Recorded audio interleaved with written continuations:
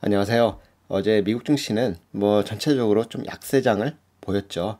근데 어차피 이제 대선을 앞두고 미국 대선 앞두고 흔들릴 수밖에 없어요. 왜냐하면 심리가 또 불안할 수 있으니까. 또 이제 코비드 뭐 확진자 수도 계속 좀 올라가고 있고, 그래서 그런 부분이 시장에 좀 뭐 이렇게 눌림목을 했다, 이렇게 좀 보시면 될 것 같고요. 어제 그 빅 텍스탁, 뭐 패망이라고 하죠. 여기서 페이스북, 애플, 마이크로소프트, 아마존, 넷플릭스, 뭐 구글 이렇게 봤을 때, 좀 페이스북하고 구글은 실은 최근에 많이 올랐기 때문에 요거는 좀 이렇게 조정을 받았다고 좀 보면 될 것 같고요. 특징적인 게 마이크로소프트예요.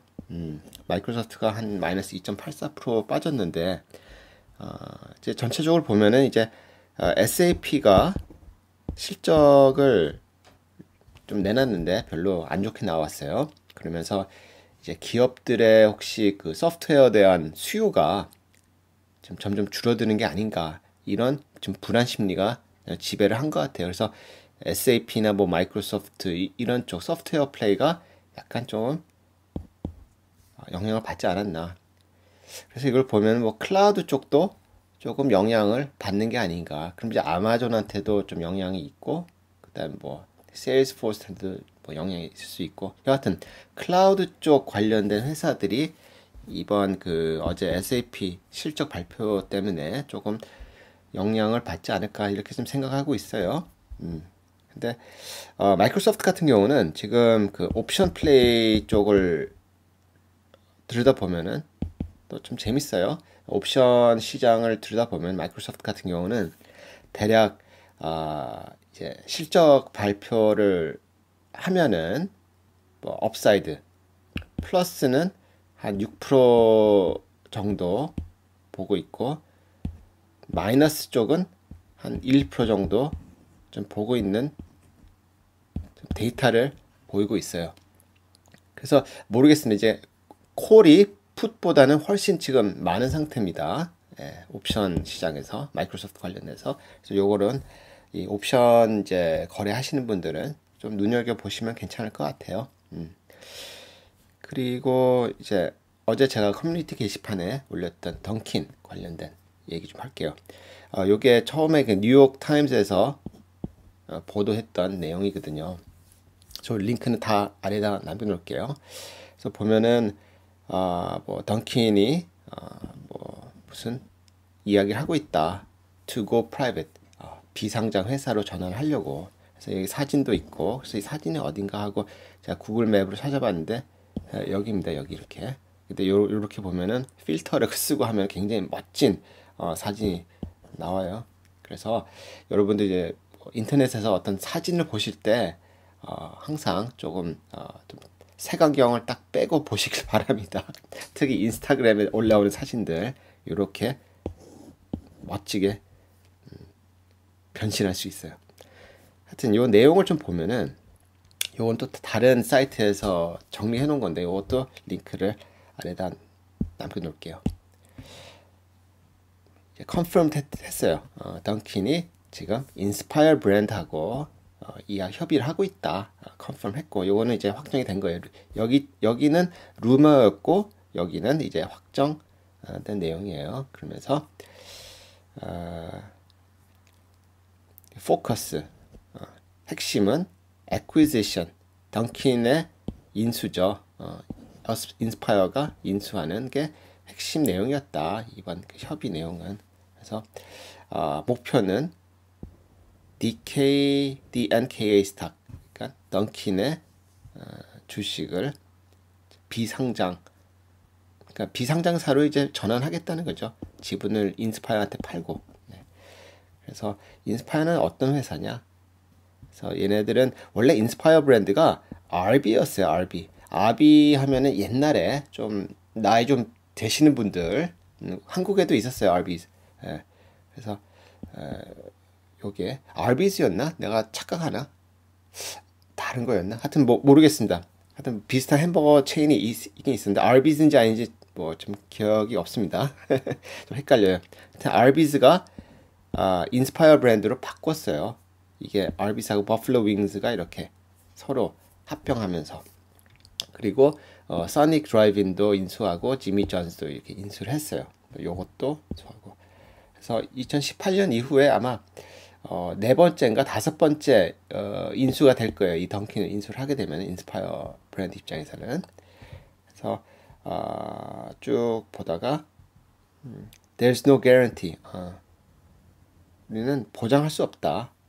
어떤 딜이 나올지. 딜이 될 수도 있고 안 될 수도 있고 이렇게 얘기하는 거예요. 던킨 쪽에서는. 그래서 이제 가격에 대한 얘기가 살짝 나왔나 봐요. 그래서 106.5불에 우리는 요거를 뭐 인수를 하려고 한다.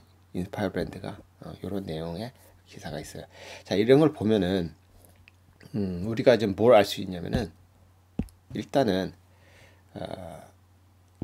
자, DNKN에 대한 가치를 주당 최소 100불 이상은 보고 있다는 거예요. 그러니까 이게 딜이 되든 안 되든 간에 여기서 106.5가 나왔잖아요. 그러면은 딜이 안 된다고 해도 딜 안 되면 확 빠질 거 아니에요. 빠져도 최소 100불은 그 가치를 인정받았다는 얘기예요. 그래서 이거 굉장히 핵심이에요. 이게 보면은 그래서 이게 인수가 될지 안 될지는 모르겠지만 근데 이렇게 기사가 나오면은 거의 뭐 인수가 거의 한 99.9% 확정되어 있다고 보시면 돼요. 그래서 이런 주당 가치를 이 정도 보고 있다 이렇게 보시면 되고 근데 던킨이 실은 이런 걸 좀 보셔야 돼요.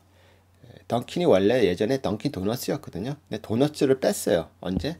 2018년도에 도너츠라는 단어를 뺐습니다.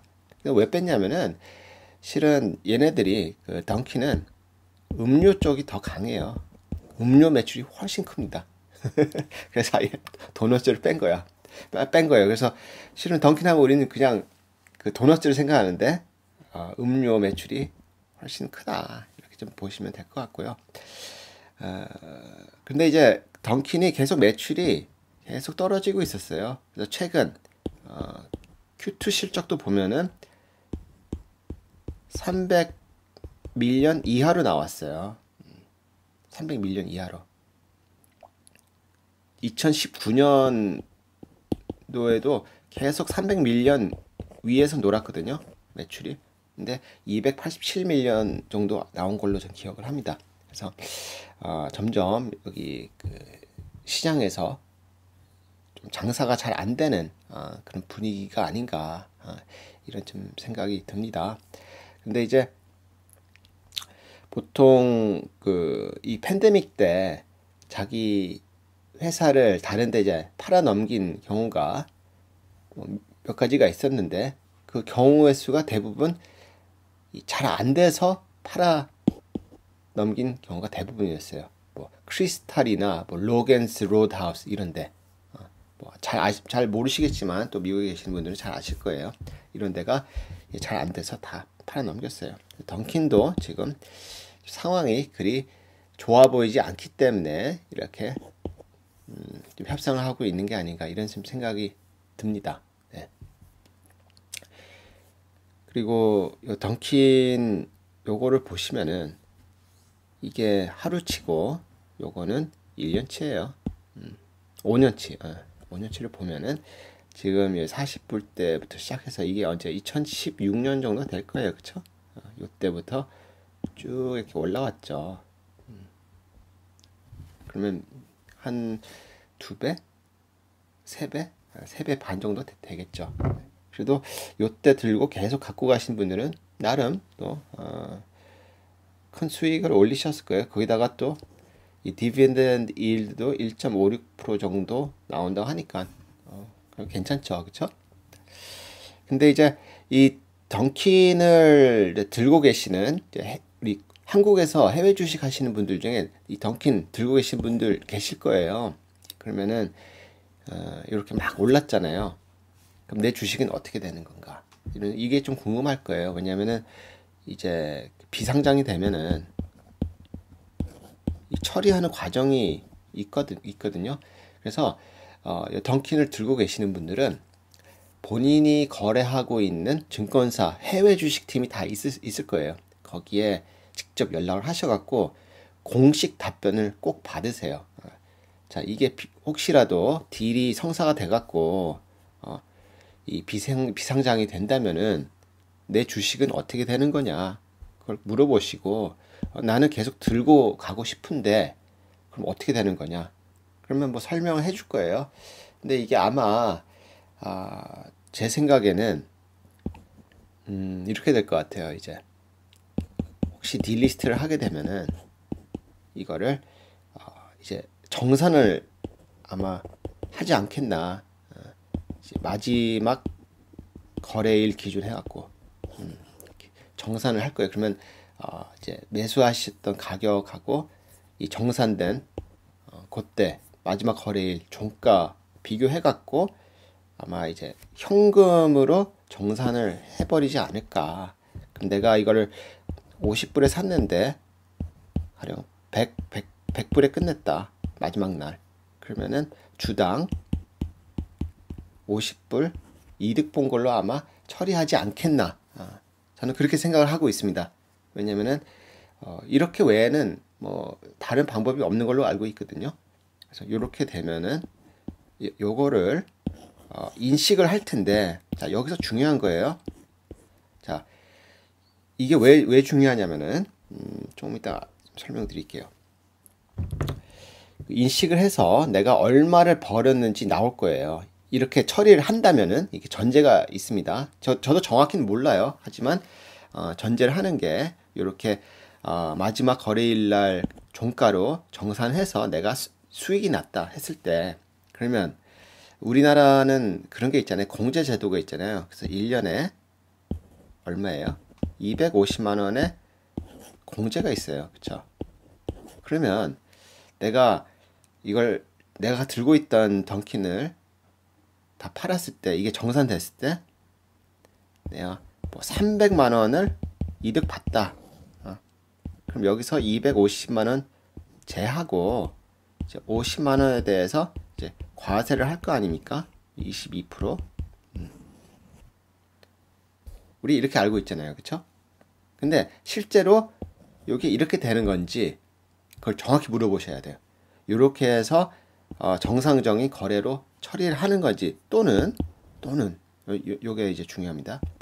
이거를 배당으로, 그러니까 배당도 여러 가지 배당이 있어요. 배당으로 인식을 해갖고 이게 배당 세율을 적용하느냐. 그러면은 잘못하면은 조금 좀 손해일 수도 있어요. 왜냐? 이거를 배당으로 인식을 하게 되면은 300에 곱하기 배당세가 원천 징수가 될 거예요. 그러면은 이것보다는 이게 훨씬 유리한 거거든요. 250만 원 공제 받고 50만 원에 대한 22% 양도세 내는 게 훨씬 유리합니다. 적으니까요, 50만 원이. 근데 배당 성격으로 이걸 인식을 해버리면은 300에 배당세를 적용하게 되거든요. 배당세가 15.4%인가? 뭐 그렇죠. 예.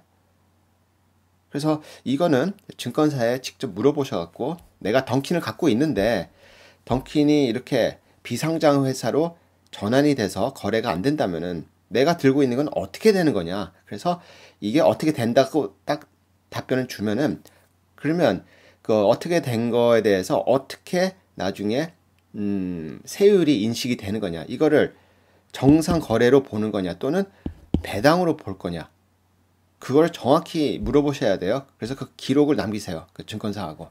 그래야 나중에 분쟁이 없습니다. 아시겠죠? 이거 굉장히 중요한 겁니다. 그쵸? 이것만 보셔도 그쵸? 왜 중요한지 아시겠죠? 그래서 오늘의 핵심은 여기에 있습니다. 아시겠죠? 그래서 이번 주는 그래도 슈퍼 위기잖아요. 뭐 대형주들 그 실적도 나오고, 그 다음에 미국 대선 이제 치르기 전에 마지막 일주일이고 하기 때문에 오르고 내리고 이런 거는 조금 그래도 감안을 하시길 바랍니다. 감사합니다.